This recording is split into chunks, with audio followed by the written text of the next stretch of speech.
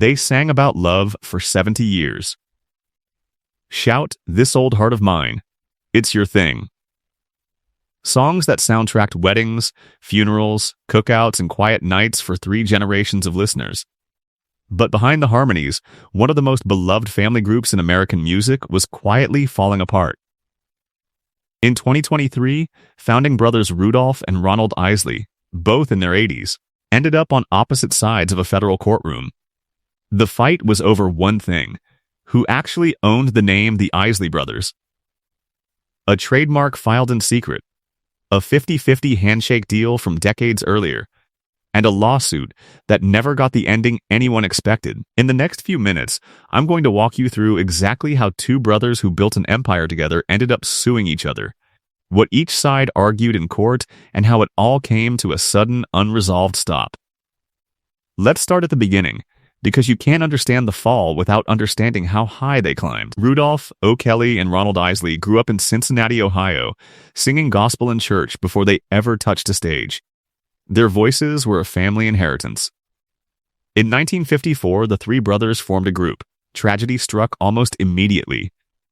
Their younger brother Vernon, who sang with them as a fourth voice, died in a bicycle accident at just 13 years old. The brothers stopped performing for a while, grieving.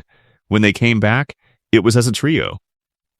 And that trio would go on to write some of the most enduring music of the 20th century.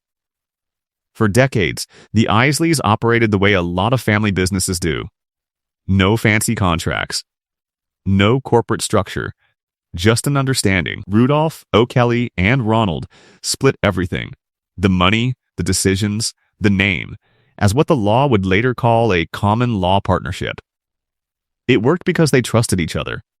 It worked, that is, until it didn't. The first real crack showed up in 1984, and it didn't even involve the founding three. By this point, the group had expanded. Younger brothers Ernie and Marvin Isley, along with their brother-in-law Chris Jasper, had joined the lineup, and together they'd helped push the Isleys into a funkier, guitar-driven sound that dominated the late 70s. But tension was building over money and creative control. In 1984, Ernie, Marvin, and Chris walked. They formed their own group, Isley-Jasper-Isley, and scored a hit almost immediately with Caravan of Love. It was proof that talent ran deep in this family. It was also the first sign that keeping everyone under one roof and one name was never going to be simple. Then came O'Kelly's death in 1986. He was the eldest brother, the one who'd helped anchor the group since the beginning, and his passing didn't just leave a hole in the harmonies. It left a hole in the ownership structure. By Rudolph's later account, he and Ronald agreed to split O'Kelly's share of the business 50-50. Two brothers, one trademark, one legacy, equally shared. At least, that was the understanding. 3 years later, in 1989, Rudolph stepped away from performing altogether.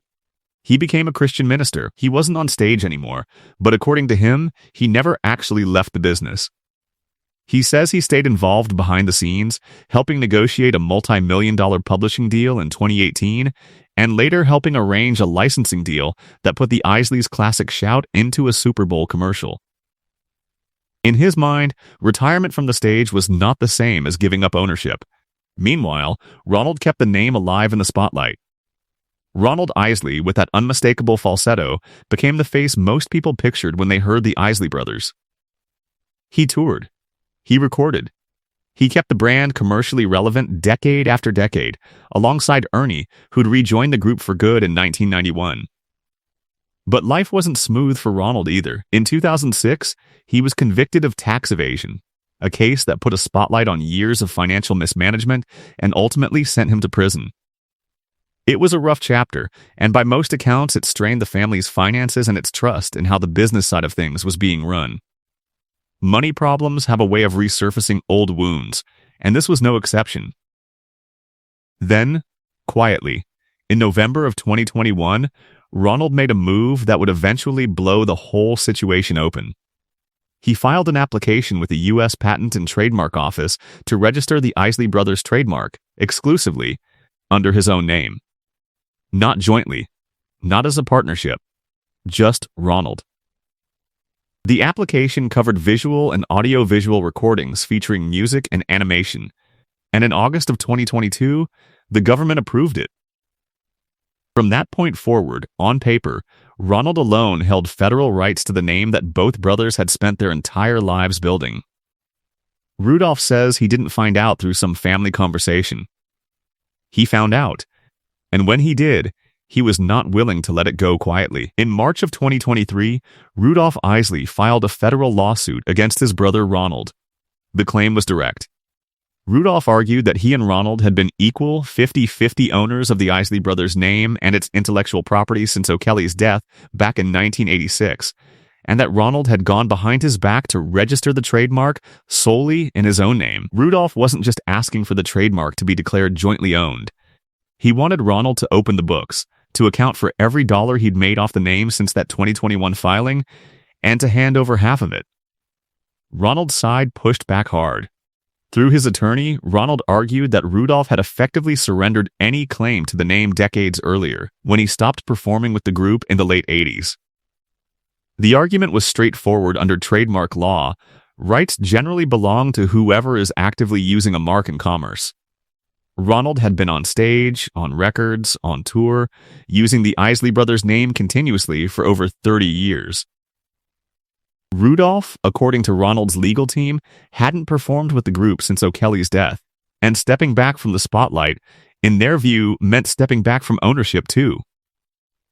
It could have ended there, with a quick dismissal. It didn't. In August of 2023, a federal judge refused to throw the case out. The court noted that band name disputes like this one are legally unusual and pointed to precedent involving other groups, including a doo-wop case where a member who took on a behind-the-scenes role after leaving the stage was still found to have retained ownership rights. If Rudolph really had stayed active in negotiating deals and managing the group's business, the judge reasoned that could be enough to keep his claim alive. The case was headed for a jury trial. Reportedly, the judge overseeing it even urged the two elderly brothers to settle, warning that a prolonged legal battle was, in his words, no way to spend the rest of their lives. They didn't get the chance to find out how it would end. On October 11, 2023, Rudolph Isley died in his sleep at his home in Illinois, with his wife Elaine by his side. He was 84 years old. The two had been married for 68 years. His family said he died peacefully. Reports suggested a heart attack, though no official cause was ever confirmed. Ronald, in a statement, said there were no words to express how he felt about losing his brother. And just like that, the lawsuit that had defined the final chapter of their relationship was left unresolved. No verdict. No settlement. No public reckoning over who truly owned the name. Rudolph's death didn't end the underlying questions, it just paused them, leaving the future of the trademark tangled up among his surviving heirs and whatever agreements, or disagreements, come next.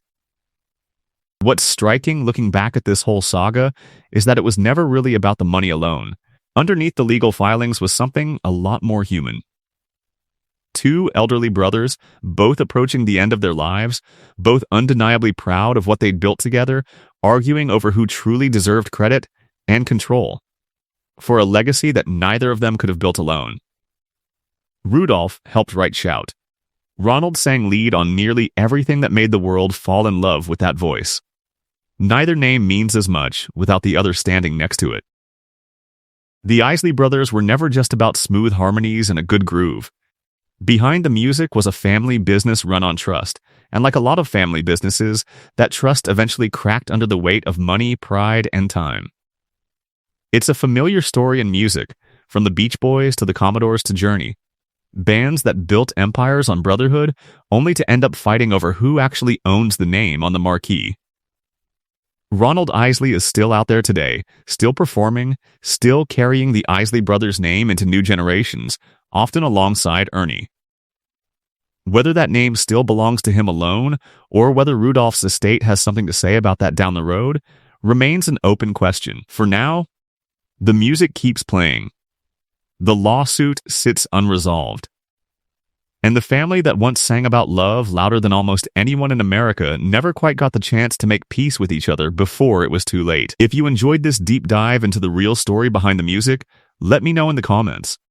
And don't forget to subscribe for more untold stories from the artists who shaped the soundtrack of our lives.